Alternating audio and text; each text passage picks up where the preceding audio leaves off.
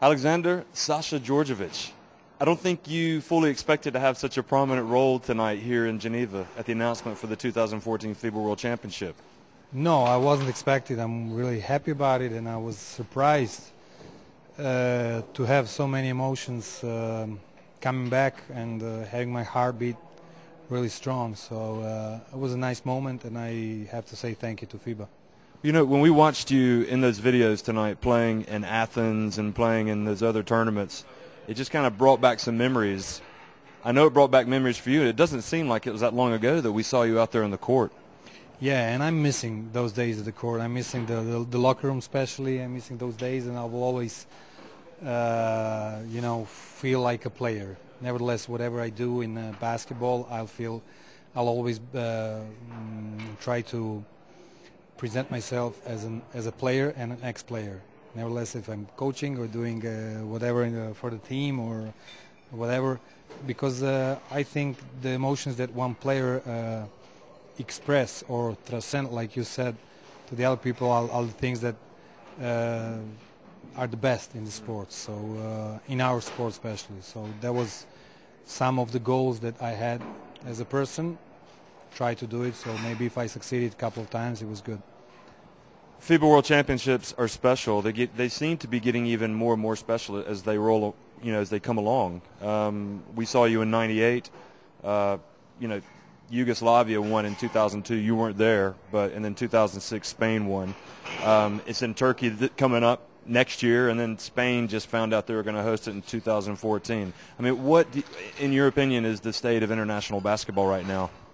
Well, one doesn't realize until he finished his career how many opportunities you have during the career to play actual world games. I played just one. I was supposed to be playing 5.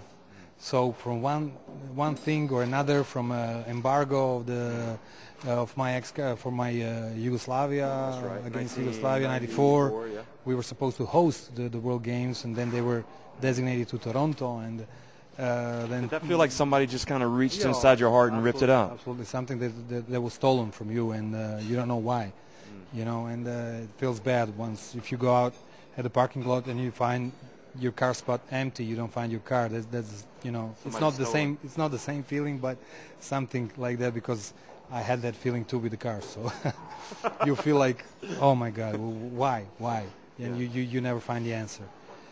But those world games are definitely the best thing that can happen to an athlete playing for his own country, winning a medal, winning a gold medal, getting the cup high in the air as a captain. Those are the things that I'll never forget. I'll be proud all of my life, tell it to my children and all the other children, and trying to transmit something like do whatever you can to represent your country in games like this.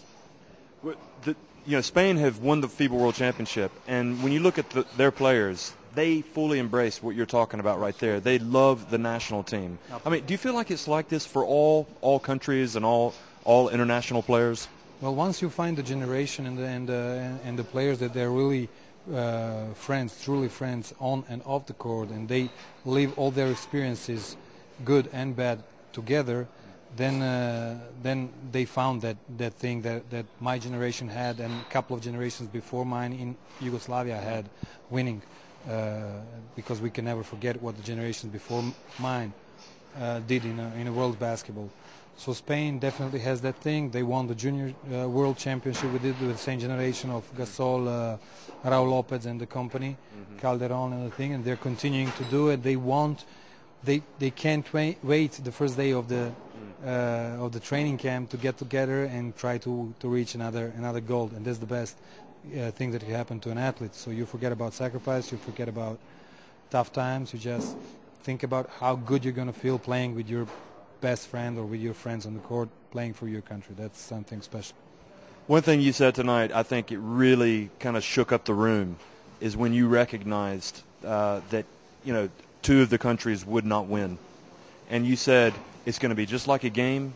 You need to go up there and you need to congratulate the winner, and the winner needs to congratulate the other two, and you need to move on.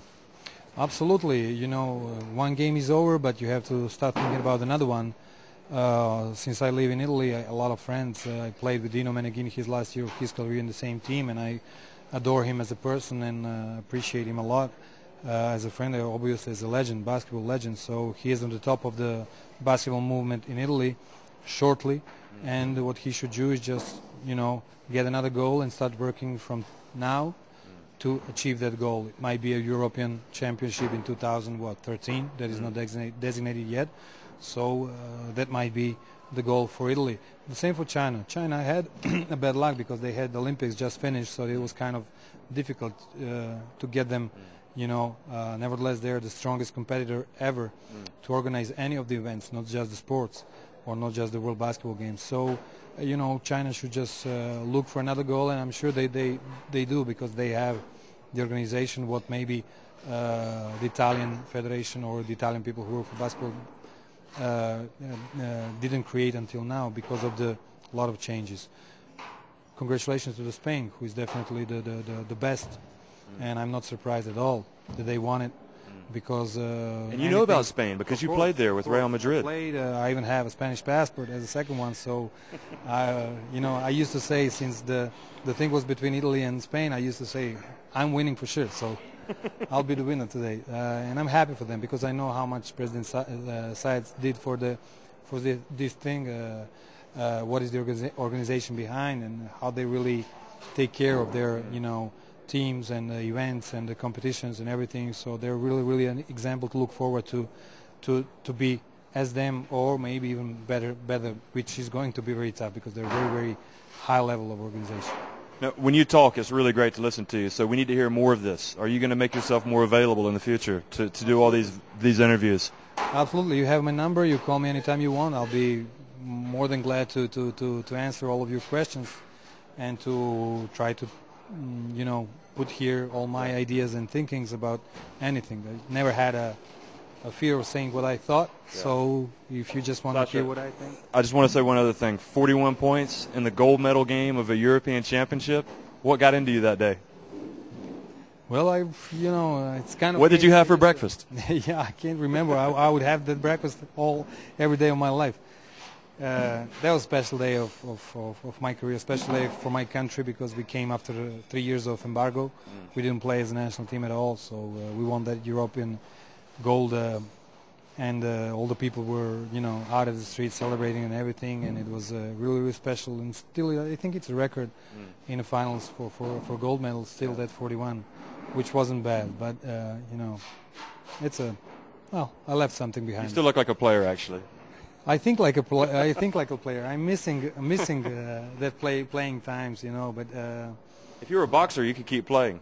Yeah, like Holyfield or Tyson. I would just, limit myself to tear your ears or bite your ears out like Tyson. I can't do nothing else. No, I'm a skier now. Yeah. I love skiing, so I'm into it all my time, and that's. But basketball hasn't lost you. No, absolutely not. But I have some other ambitions. But we know that your name has come up in coaching possibilities. So what's going to happen there? Well, I have 2 kids, 10 and 6, 2 girls, and my wife. We changed a lot of countries, a lot of places, and we want to give them the continuation of their normal life. Having a place where to go on Saturday, Sunday, not just a game, but go to meet their friends and grow up with their friends, and us to meet their families and have our life being richer on that part of the on that side, which is even sometimes more important. That to know how to be a friend. Make a friend is easy, but to keep it's very difficult. So it's one of the things that makes your life richer. So we want that to happen to them, and then we'll think, or myself, I'm going to think about myself. But for now, it's them. My where is that? It's Milano. It's Milano. We're going to be staying there. We're going to be living there for a lot of years to come, and from there we're close to Geneva, to Belgrade, to Spain, wherever, and it's a good place. First of all, for our $2 to start their own school life. I love it when we talk to people who see the bigger picture, and you see the bigger picture. It's been a joy talking to you. Thank you very much. Thank you very much. It's good when you have a chance to show the bigger picture, because it's always answering on a couple of the questions that you guys have and concrete, but it's sometimes it's good. I thought you were going to shed a tear. Were you crying up there on stage tonight? No, I wasn't. I wasn't. close though, didn't you? No. Sabas was crying because they were showing his, his photos when Give he us was an losing. example. Okay. He was losing. When the last photo of his in Lietuva jersey was when they lost in '95. Oh, right, yeah. And he was like, "Man, I was winning a lot of things." They put that, and actually we're going to dinner now together, so we're gonna have fun all I'm night sure you long. won't remember that. You won't remind him of that, I mean. I will, a little bit I will. He always say, yeah, referees, Boris Stankovic, FIBA, blah, Serbian stuff, But he knows. He's a sports person, fair play always. He knows how to shake hands. And, well, we're better at that game. Okay, man. Okay. We can't wait to see you again. Okay, thanks. Sasha, thanks, man. Thanks. Okay.